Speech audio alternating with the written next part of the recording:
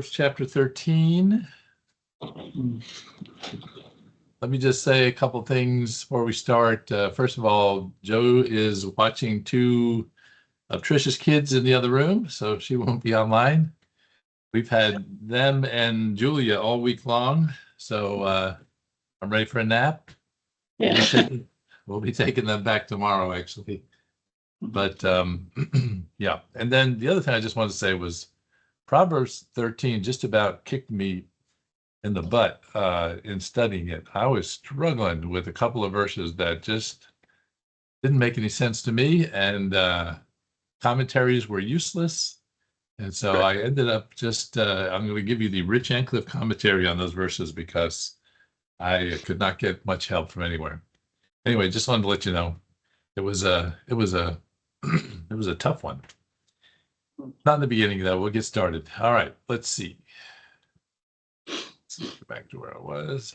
All right, Proverbs chapter 13. So summary on this one, we're going to talk about speech. We're going to talk about wealth. We're going to talk about satisfaction. We're going to talk about destiny. Not unusual content for what we've been through in Proverbs.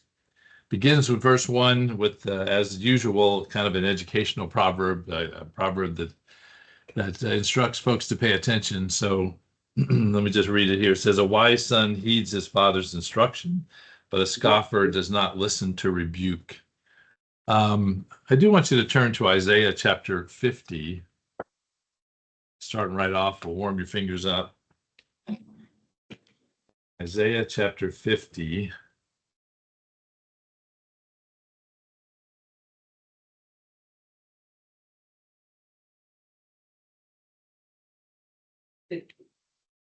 Verse 5, Isaiah 55, 50, verse 5. It's a simple verse, but it says, the Lord God has opened my ear, and I was not rebellious, nor did I turn away. And that really is what he's talking about here in verse 1, right? The wise son heeds his father's instruction. The scoffer does not listen to rebuke, right? He turns away. He does not pay attention to what God has to say. He's not rebellious. The other thing I just wanted to remind you of here as I thought through it was, it kind of reminded me of Matthew chapter 7 again. Seems like we always go back there. But when it talks about, when Jesus says, upon this rock, I will build my church. And I was curious if anybody of you remembered from our study of Matthew, what the rock was. On this rock, I will build my church. Upon this, let's see, maybe I'm thinking of the wrong verse. Let me just read, it's Matthew 7:24. It says, therefore, whoever hears these sayings of mine and does them, I will liken him to a wise man who built his house on the rock. The rains descended, the floods came, winds blew, beat on the rock, and did not fall, for it was founded on the rock. So what's the rock that this house was founded on? Anybody remember? In my notes, I have the rock is obedience to the word and doing it. Yeah, exactly. Right. The rock, good Says Rich. Good notes you have there. Amazing. Yeah. Whoever hears, because remember the verse says, whoever hears these sayings of mine and does them, I will liken him to a wise man who builds his house on a rock. The rock is obedience. So again, I'm just, we get to going back to Proverbs, right? The wise son heeds his father's instruction. Scoffer does not listen to rebuke. The wise son pays attention and is obedient. It's it's a theme here in Proverbs about obedience. And I just kind of wanted to remind you that all the way back to our study of Matthew. All right, verses 2 through 6 really focus on speech. So verse 2 says, a mouth. Yeah.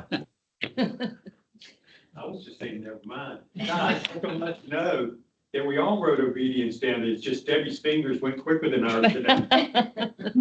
So we are all listening. She gets a star for the day. Obedience to the word. Says Get her next time, Ruth. No. All right, very good. You can get one of Russell's stars and borrow it for now. I don't have many.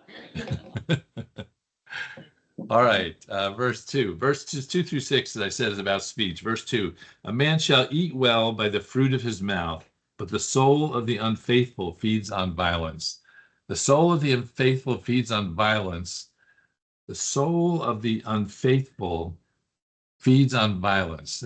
So it's not just talking here about acts of violence, but it's, again, this is about speech. It's talking about lying, deception, speech, and we'll see it's really connected to that when we get down to verse 3.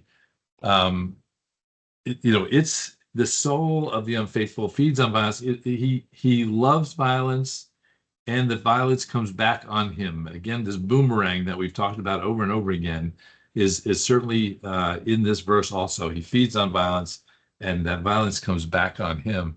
But the soul of the fruitful, going back to the first part, right? The soul of the faithful produces fruit out of his mouth, produces fruit that again comes back on him, right? That fruit is fruit to him from the words that he says. He will eat well from the fruit of his mouth. He eats well because he says good things. In other words, he gets good things. He eats well. He shall receive them into his soul, right? Because the second half says the soul of the unfaithful gets violence, but the soul of the man who brings fruit out of his mouth gets to eat well, gets to receive those things into his soul. So let's get verse 3 to connect the two. He says, he guards his mouth. He who guards his mouth preserves his life. He who opens wide his lips shall have destruction, right? He guards his mouth against violence, against the stuff that should not be coming out of it. Particularly here it's talking about abusing others, right? And he guards his mouth, and therefore it produces fruit. He opens, he guards his mouth, he preserves his life, right? He guards his mouth, he gets the fruit, and that preserves his life. And again, this second half, but he who opens wide his lips shall have destruction. In other words, the person who can't shut up, the person who continues to talk, is not the one who guards his mouth and protects what he says and is careful about what actually comes out of his mouth. Because again, you remember from last week's lesson, right? You can get from the thoughts to the mouth to the actions to the destiny. And then this is more on that same theme. Verse 4, the soul of a lazy man desires but has nothing, but the soul of a diligent shall be made rich, right? He talks, but he does nothing, and therefore he has nothing. The soul of a lazy man desires a lot, but he doesn't have much because he's just talking. He's just lazy. He's not doing anything. Whereas the soul of the diligent, right? That one is, and the word here says shall be made rich. It may be better translated shall be enriched, right? He shall get things better for him. The soul of the diligent, the one who works. This one is really not about making money. It really is about getting what he wants in his life. Verse 4a, right, says the man's desires. All right, verse 5. Great. Yeah, go ahead. Mine says fully satisfied. I like that. What did you say? It says, where was it? But the desires of the diligent are fully satisfied. Oh yeah, that's better. That's good. Yeah, because life, the soul is fully satisfied, is enriched, is completed. Whereas the lazy man, he doesn't get anything. Good. All right, verse 5. The righteous man hates lying, but a wicked man is loathsome and comes to shame. Remember, we talked about last week about God thinking about lying as an abomination, as something that was disgusting, that he hated, right? And so here it says, not only does God hate lying, but a righteous man hates lying. He's just like God in that he hates lying. And sometimes, when we say lying, we take ourselves off of the list of problem children, right? We don't lie. We don't say false things, but this is, you got to expand lying to, any kind of deception, right? Any kind of falseness in our lives, any kind of misrepresentation of, yeah, I'm a great person. I'm amazing. I'm fantastical. When inside you really know what you're like. You really know what a mess you are, right? So So be careful about this idea when it talks about lying. Don't just take that as the words that come out of your mouth. It's also the way that you represent yourself, the things that you don't say that maybe you should say. A righteous man hates lying, hates deception, hates falsehood. But a wicked man is loathsome and comes to shame because of that lying, because of that misrepresentation of himself. Verse 6, righteousness guards him whose way is blameless, but wickedness overthrows the sinner. Righteousness guards him, right? It takes us all the way back to verse 3. He who guards his mouth preserves life. The righteousness guards him whose way is blameless, right? So and preserves him into life. Again, he's just connecting these bullets for you, right? Righteousness hates lying. Righteousness guards him whose way is blameless, guards him to this life, into this life that you want to have.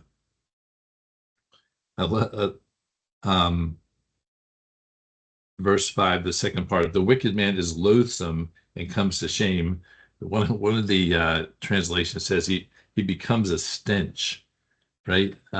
He stinketh. He stinketh.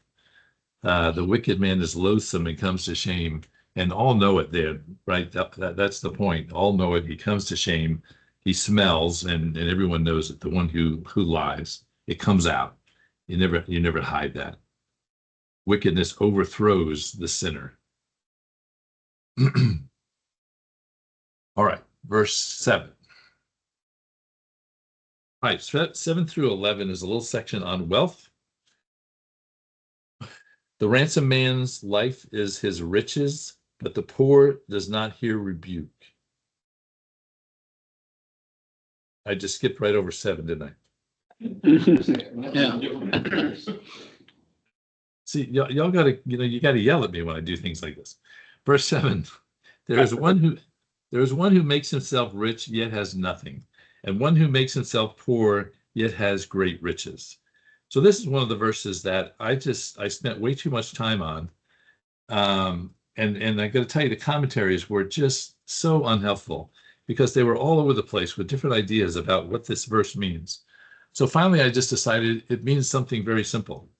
There is one who makes himself rich who has nothing, and one who makes himself poor, it has great riches. I think this is a message that we have had before, right?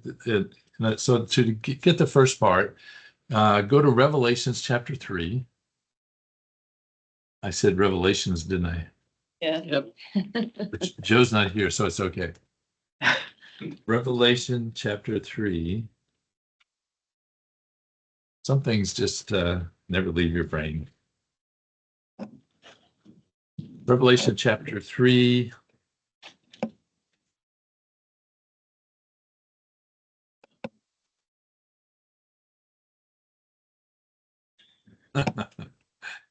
That is, okay, I'm in the wrong chapter. Maybe if I'm in the right chapter, it'll be right. That one was definitely not right. 3:17. 3:17, Revelation 3:17. Yeah. Mine says, because you say, I am rich, have become wealthy, and have need of nothing, you do not know that you are wretched, miserable, poor, blind, and naked. Right? So I think the first part of that, where it says there's one who makes himself rich but has nothing, I think that's what he's talking about. Someone who believes in his wealth, right? Who thinks he's because of his wealth he's going to be just fine. And there's Revelation says they don't know that they're wretched, miserable, poor, blind, and naked. In heaven's accounting, that person actually has nothing. And then the second half says, and one who makes himself poor yet has great riches. I want you to turn to 2 Corinthians chapter 6.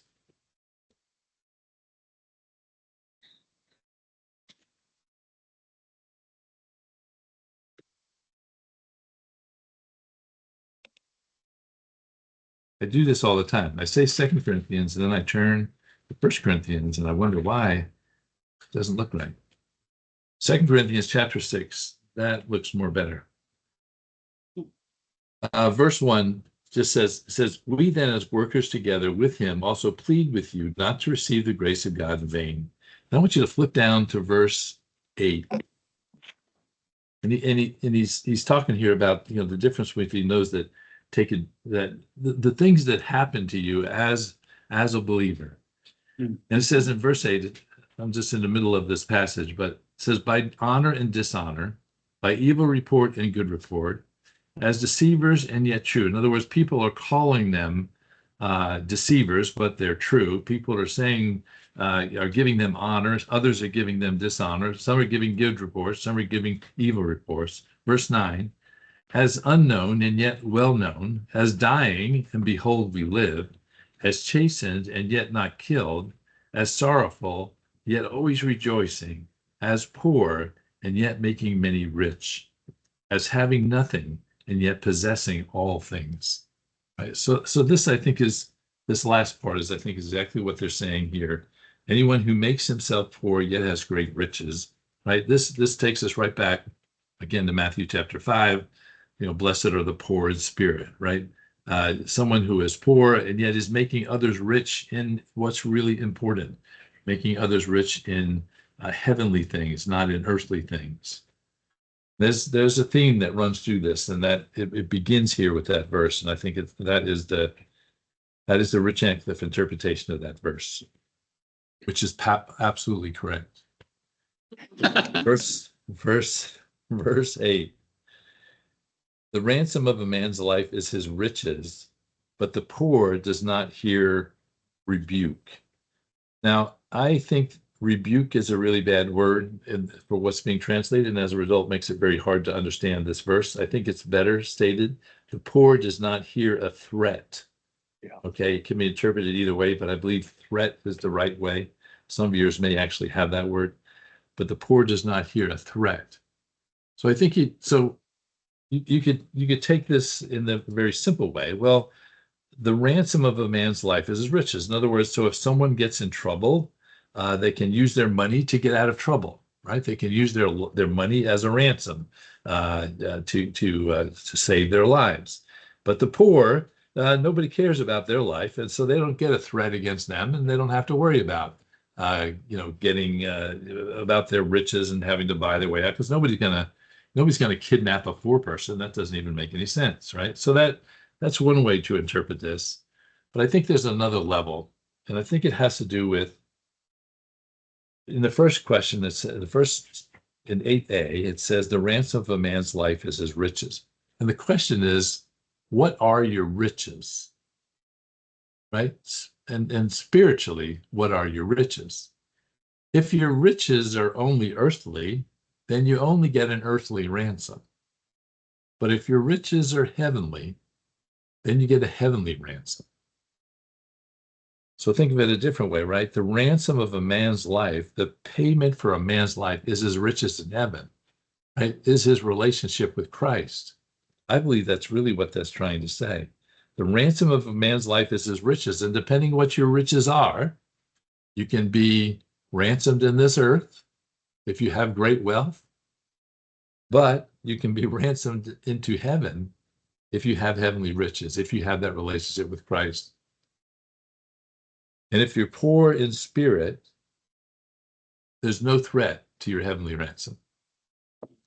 Poor does not, they don't get worried about that, because they're poor in spirit, they're depending upon Christ. There's no rebuke, there's no threat. So again, this is the Rich Antcliff interpretation of these verses, which is always perfect and true.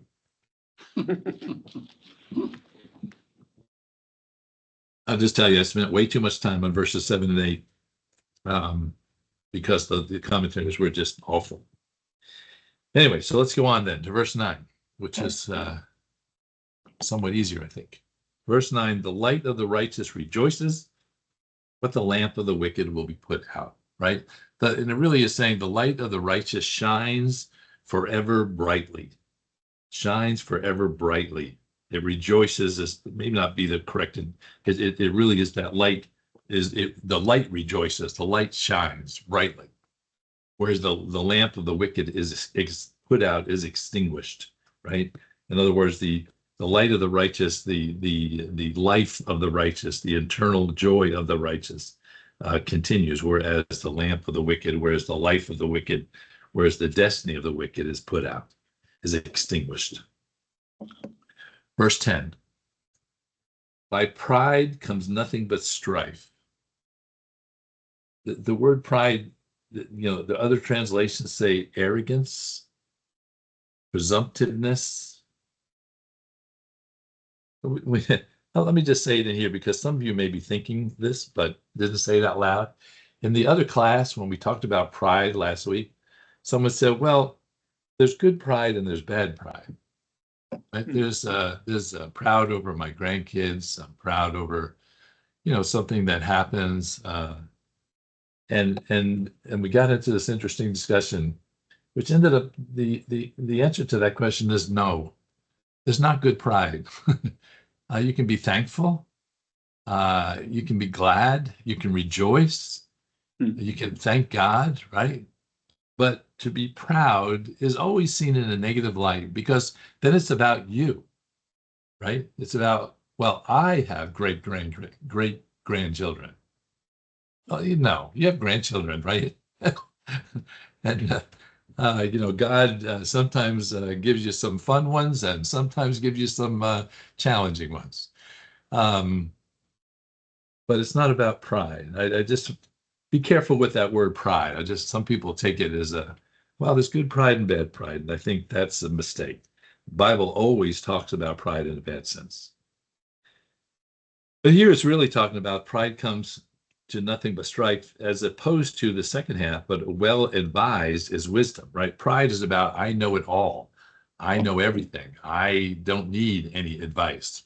Whereas the second half says, no, wisdom comes to a person who is well advised. Wisdom comes to the one who actually listens to counsel, right? Who actually listens. Verse 11. Wealth gained by dishonesty will be diminished, but he who gathers by labor will increase. I don't think there's a lot of interpretation there, but the dishonesty does not pay in this life, and does not pay in eternity. But those who actually gather by labor, by work, by doing the work, not the quick schemes, which is really hard to say 3 times fast, which Proverbs many times talks against, and I think it's talking against it here. Gain by dishonesty or gain quickly, that gain is not going to hang around. Verse 12. Again, these are principles, not promises. Verse 12. Hope deferred makes the heart sick, but when the desire comes, it is a tree of life. Hope deferred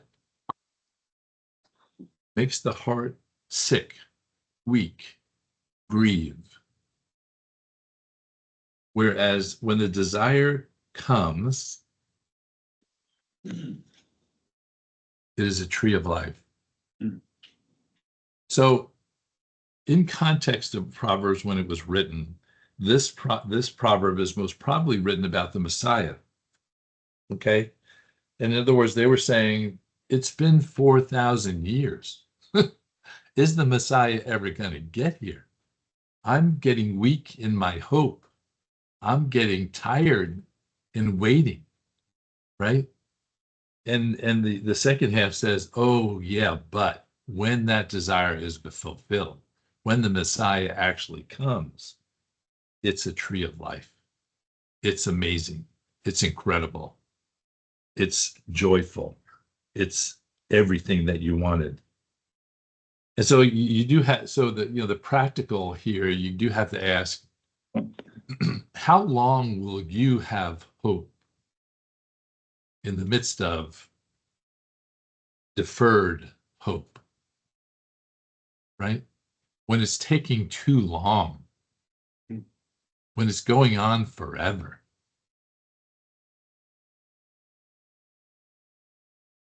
When the desire comes, it's a tree of life.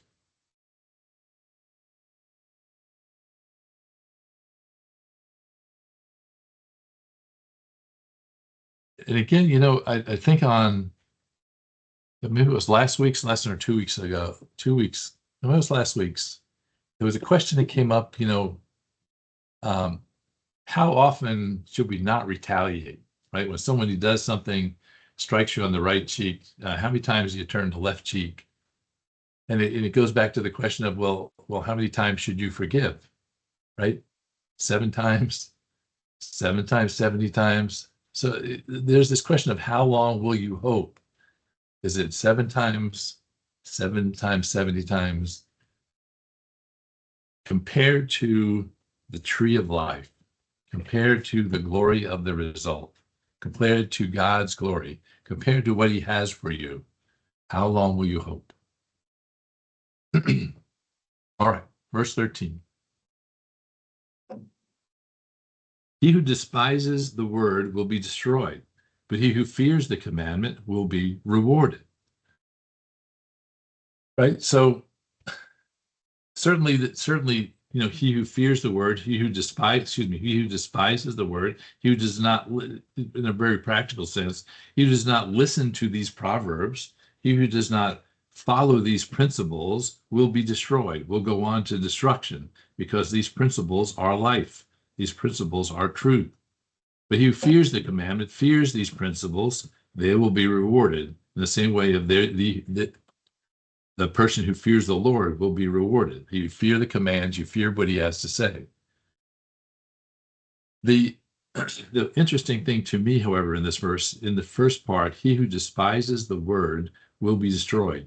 What is the word?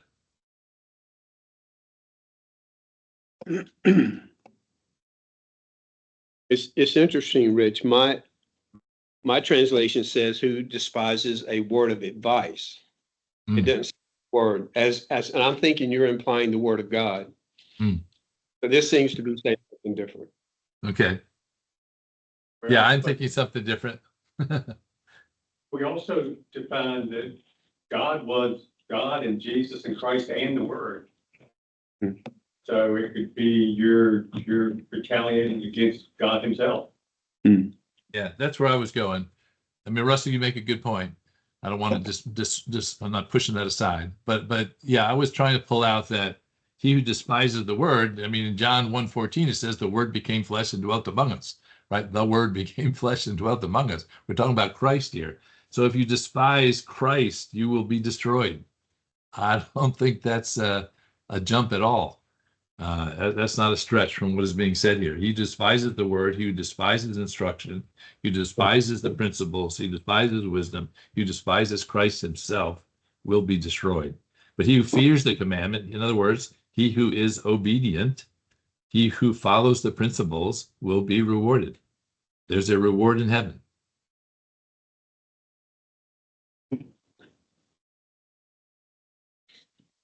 Verse 14.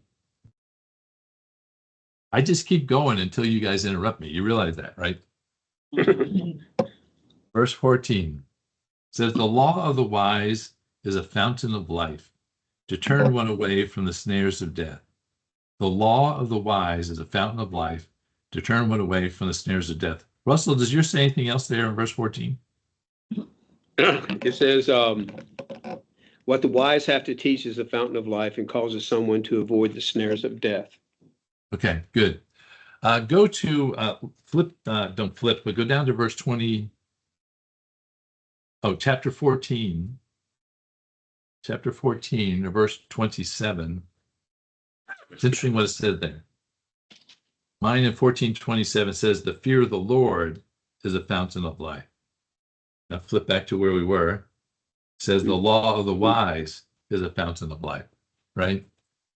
So they're certainly equating those two things, right? The fear of the Lord and the law of the wise, the fear of the Lord and the teachings of the wise, the fear of the Lord and these principles and these proverbs, right? That's the fountain of life. The fear of the Lord, which we have said, many times, right? The fear of the Lord is loving God, knowing who he is, understanding him, being in an intimate relationship with him. That is the fountain of life. The fear of the Lord and the laws of the wise, they're equating those two things. That's the fountain of life. That's the abundant life. Right? That's the life that's got a fountain in it. to turn away from the snares of death, to turn away from the traps of this life, to turn away from the snares that Satan puts down, right? In other words, follow the law of the wise, follow the fear of the Lord. That's the fountain of life. Turn away from Satan, turn away from the snares, turn away from the traps. And the law of the wise will do that. If you follow the law of the wise, is a fountain of life, and it will keep you, it will turn you away from those snares. You won't fall into those traps.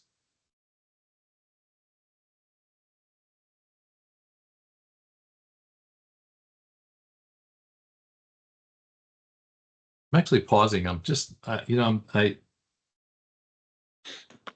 is so important. And I feel like see, here's the struggle I have with Proverbs. This is a really important statement, but I feel like I've said it a couple of times. But because it's been said a couple of times, makes it even more important. Right. And so I don't want to diminish it by, I don't want to zoom past, right?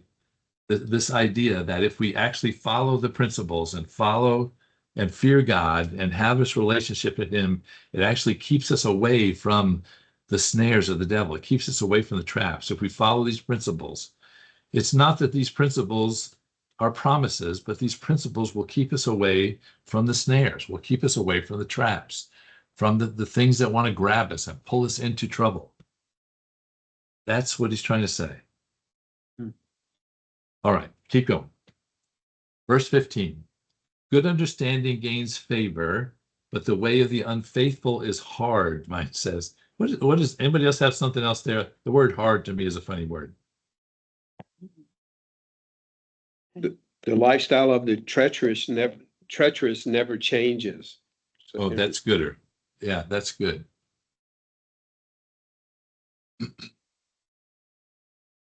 So good understanding. Another word that is used in some of the translations, which I like better, is prudence. I like that word, prudence.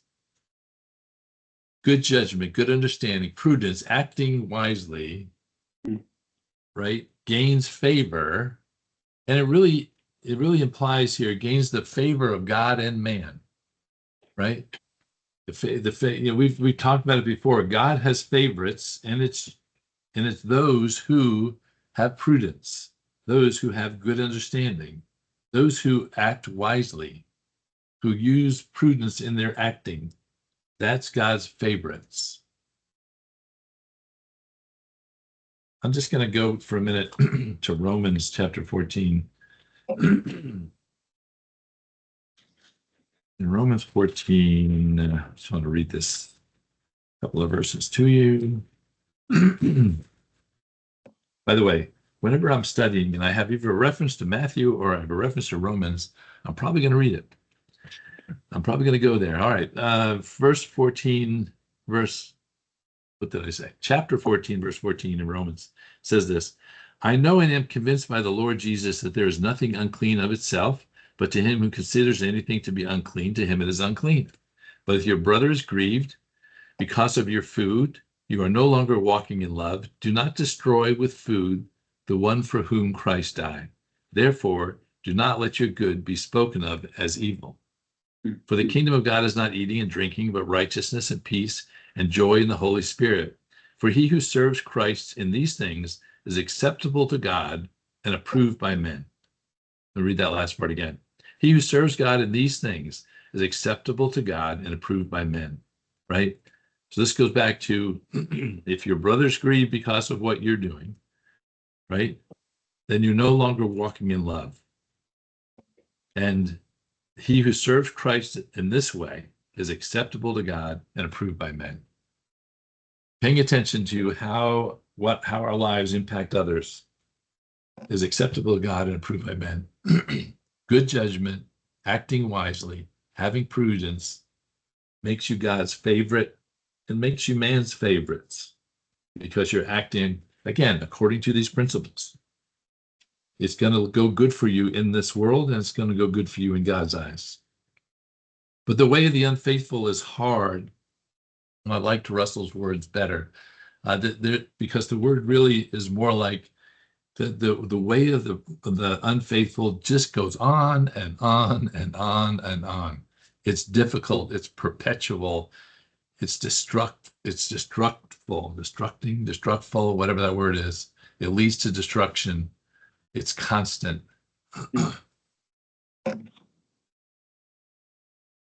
Verse 16. Every prudent man acts with knowledge, but a fool lays open his folly. The prudent here means more like the crafty man, the subtle man, the man who is clever. He acts with knowledge. And that knowledge is a protection. That knowledge keeps him from getting into trouble. Whereas the fool, everybody sees he's a fool, right? Everybody knows he's not doing something smart. And when I say everybody, I mean everybody who is prudent, everybody who understands these principles, everybody who has wisdom understands the fool is a fool. Because in today's society, fools, fools are celebrated, right? But if you have wisdom, if you have prudence, if you have knowledge, then you understand the fool is just laying open his foolishness for the world. But the one who is prudent, he makes good decisions based on those principles. And therefore he's protected by those good decisions. Whereas the fool just falls into his own trap over and over and over again. Verse 17. A wicked messenger falls into trouble, but a faithful ambassador brings help. Right? So the implication here is that the wicked messenger, he brings trouble to those he brings the wicked message to, and he brings trouble to himself by bringing a wicked message. The faithful ambassador, the one who brings the message correctly, brings health to the people he's bringing it to. It's good for them, and it's good for himself. So I just want you to ponder here for a moment. This is often talked about as the messenger to a king, right? The messenger to a king, if he's wicked, he's going to get himself in trouble if he doesn't bring the right message. He doesn't bring it correctly. But a faithful one, he brings health to others. He brings joy to others. And it just made me realize, by the way, we are messengers to the king. We are messengers from the king. We have a message the king has given us to share. Are we being good messengers? Or are we a wicked messenger, not delivering the message or not delivering it correctly? Or are we a faithful ambassador who brings health to others, who brings life to others? Just a little ponder for the back of your head. Verse 18. Poverty and shame will come to him who disdains correction, but he who regards rebuke will be honored. Of course, this takes us right back to verse 13, right, where it essentially says the same thing. But if you don't look for a correction, if you not what's that statement? You don't learn from your mistakes, you're doomed to repeat them, right? And I think that's exactly what it's saying here. You disdain correction, you can end up in poverty and shame. But he who regards rebuke, the person who actually pays attention, when people give them instruction and says, hey, don't turn down that path, you're going to be honored by that. People will say, hey, that guy was smart to actually turn to the left instead of keep going in the same direction he was going in. But, we in the midst of that go, well, I don't want people to think that I needed to hear from somebody, that I needed correction. Goodness, I know it all, don't I? You disdain correction, poverty and shame just kind of, people just say, man, I can't believe that guy is so stuck in what he's doing. He won't listen. He just continues to go on. poverty and shame. Verse 19. A desire accomplished is sweet to the soul, but is an abomination to the fool who departs from evil. So again, this takes us back to, what was it, verse 12, right? Hope deferred makes the heart sick, but when desire comes, it is a tree of life. So this section from 12 to 19 is all about this desire. And then verse 19 says, desire accomplished is sweet to the soul. So I do want you to connect these. Hope deferred makes the heart sick. When desire comes, it's the tree of life. And then verse 19, desire accomplished is sweet to the soul. I want you to flip over to verse 25 in chapter 13. Flip over, it's on the next page in my Bible. The righteous eats to the satisfying of the soul. The righteous eats the satisfying of the soul. Go back to verse 19. A desire accomplished is sweet to the soul. And then back to verse 12. When the desire comes, it is a tree of life. One thing that in the connecting these, you got to understand that we're talking here about the righteous, right? The righteous who have a desire accomplished is one who is sweet to the soul. The righteous who has a desire that comes, it is a tree of life, right? It is it brings the abundant life. But then look at the rest of verse 19. But it is an abomination to fools to depart from evil. That's their desire is evil. Their desire is not sweet when it's accomplished, because their desire is evil, and that evil, as we've said, wraps back around them. It's an abomination to fools to depart from evil. They love their evil. They're stuck in their evil. What's interesting, go back now between verses 12 and 19. Go back to verse 13. Look at the choice we have here. The evil person is either destroyed, whereas the good person is rewarded. In verse 14, you have the choice between death and life, and the evil person is choosing death.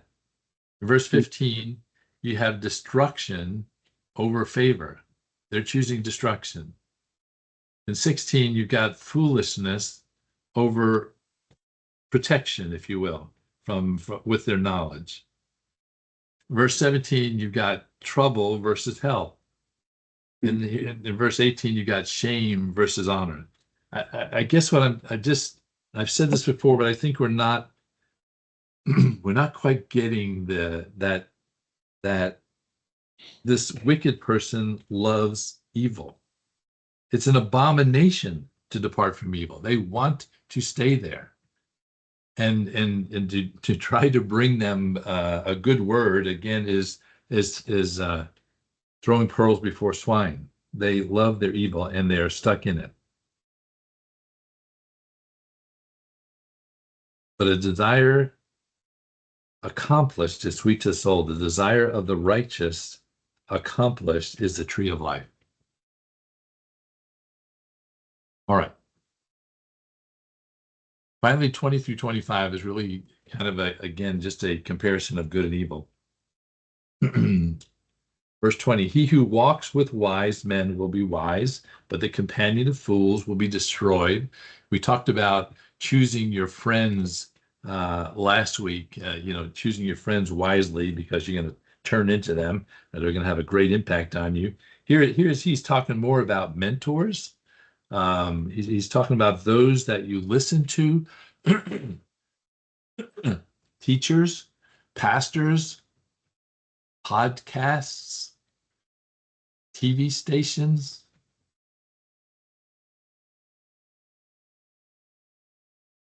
He who walks with the wise will be wise.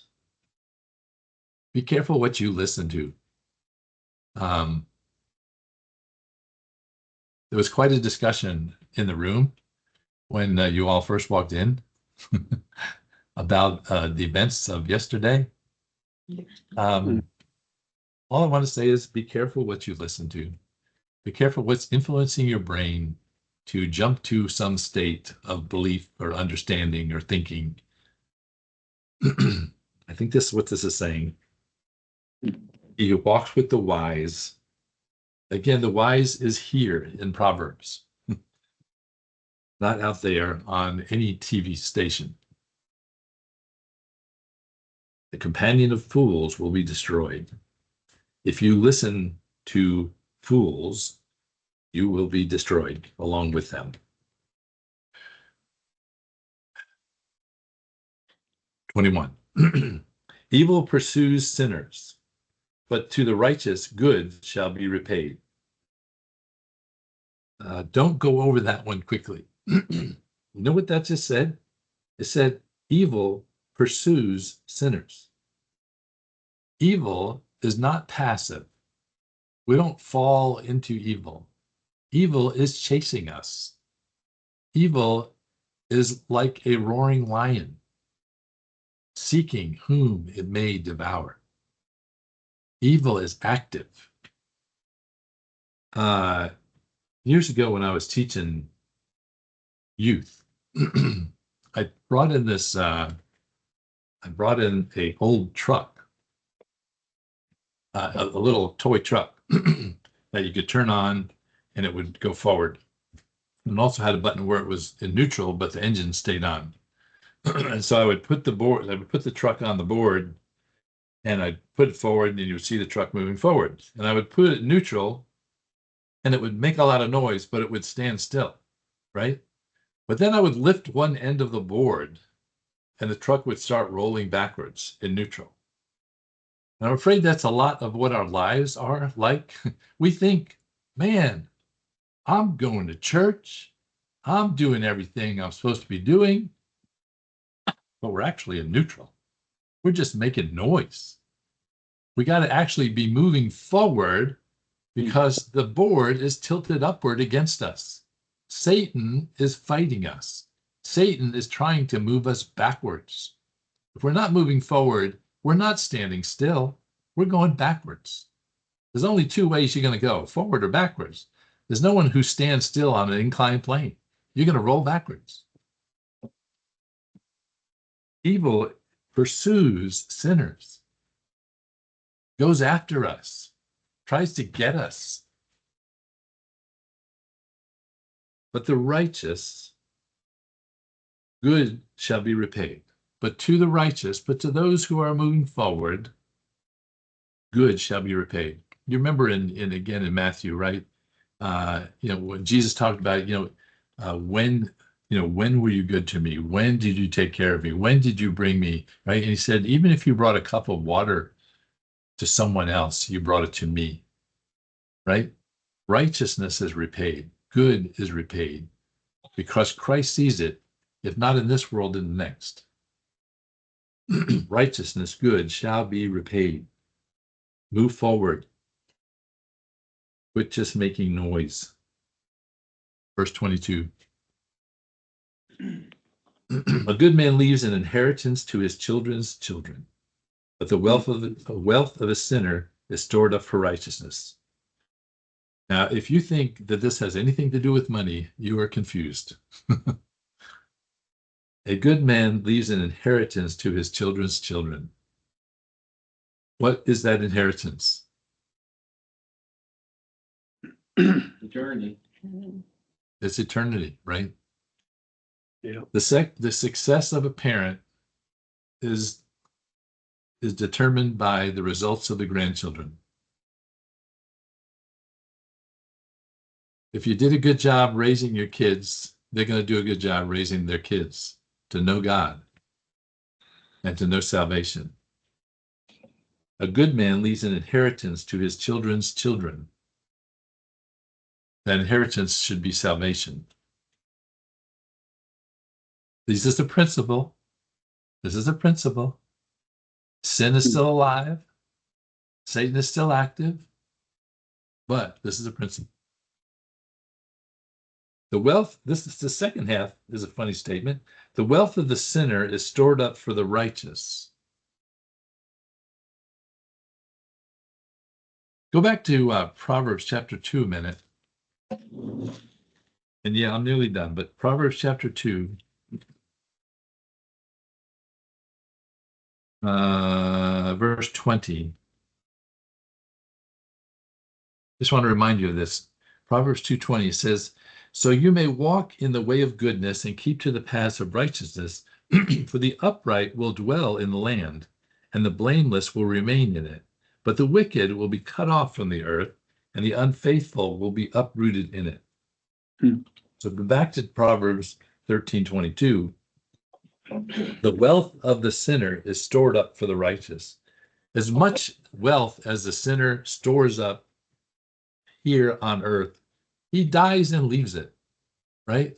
And eventually, all sinners are going to be wiped off the planet. What chapter 2 says. And everything that has been stored up is going to be left for the righteous. So in that sense, this is certainly talking about the end times. The wealth of the sinner is stored up for the righteous.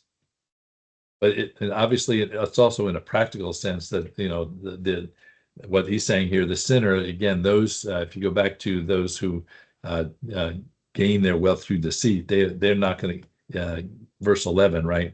Wealth gained by dishonesty will be diminished. It will go away, and that will end up in the hands of the righteous. But also in the real sense, it's going to end up in their hands at the end.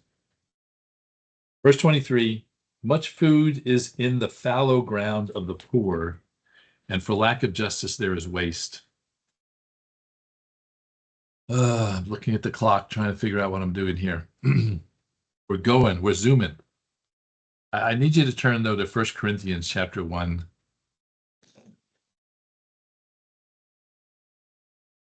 Corinthians chapter 1.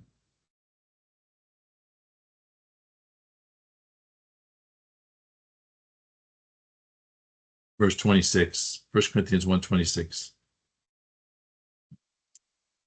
Mine says, for you see your calling, brethren, that not many wise according to the flesh, not many mighty, not many noble are called. But God has chosen the foolish things of the world to put to shame the wise, and God has chosen the weak of the things of the world to put to shame the things that are mighty. And the base things of the world, the things that are despised, God has chosen, things that are not, to bring to nothing the things that are, etc., etc. So now go back to wherever we were.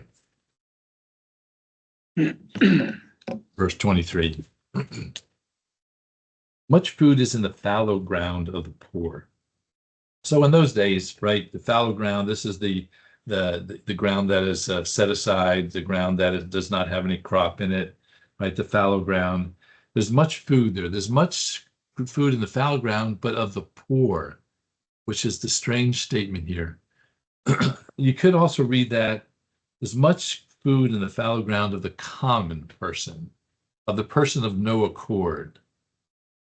I think the message for us spiritually here is that for those, how do I say this without hurting your feelings? Those of us in the room are common people, are not, there's no, when the history books are written 100 years from now, our names are not going to be in it. They're not, right? We're the regular people. We're the poor people. We are just going about our business, raising our kids, living our life, trying to do good, right? What this thing says is there's a lot of abundance in the ground of the common people. There's a lot of richness, greatness, amazingness in the ground of us poor people, of us regular people. Do you remember in Matthew 25 when he says, "Well done, thy good and faithful servant," right? You've done a few things right, and therefore you're going to get rewarded in heaven. And a few things right by a bunch of people is what God is looking for. I need you to do a few things right. I need you to do the things right that you can do right. I need you to do your part. There's much food, there's abundance. If you look at all of the ground of the common people, it's not about how individually wonderful you are. It's about all of the little things that we do. God sees that as abundance. He sees that as greatness. And the second half says, and for lack of justice, there is waste. So for us common folk, are we wasting the fallow ground that has been given to us? Or are we utilizing it for God? Our time, our talent, our resources, right? He says there's an abundance if we utilize them for God. Don't waste it.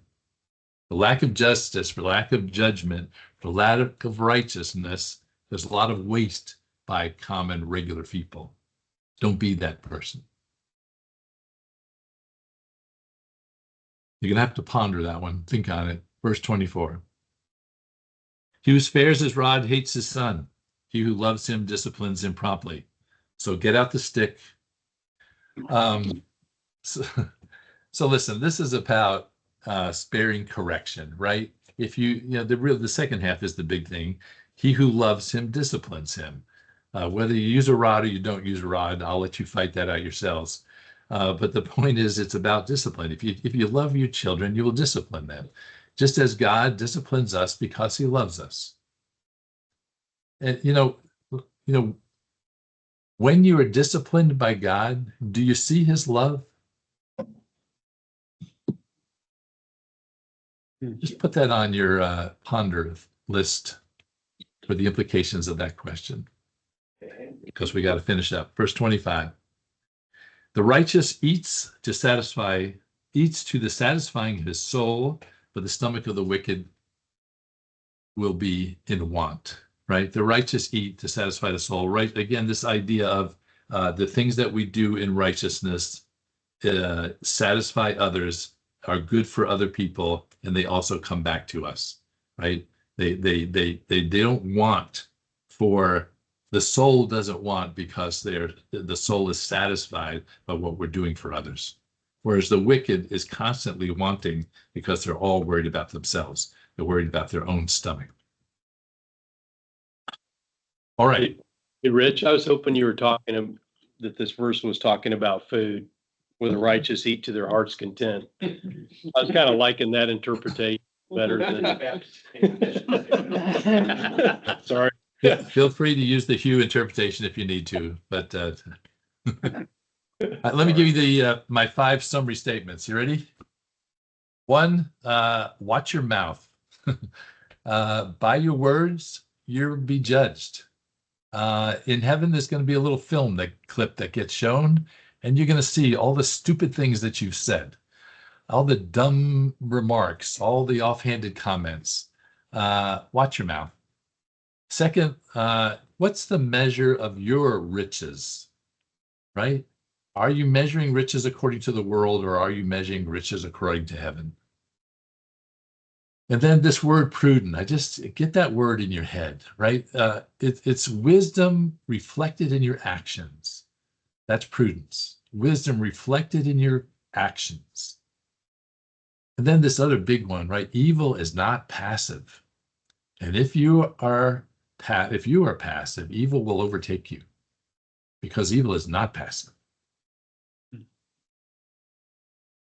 And then the last thing, you are a common, regular person, and therefore God expects immeasurable greatness from you.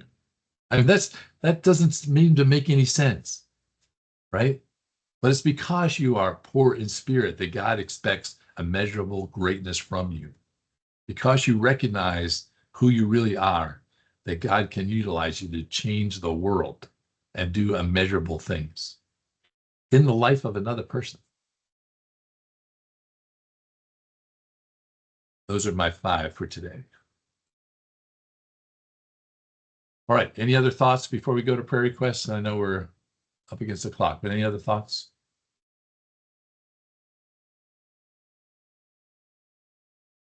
All right. Prayer request for us. So tomorrow I'll be driving the 2 little munchkins back down to their mother. So I'd appreciate you, some prayers for my travel. It's 4.5 hours down, 4.5 hours back, which is like 24 hours or something like that when you add it all up. It just feels that way. Anyway, Forget to turn off the. turn off recording. I want to make sure that was recorded for posterior.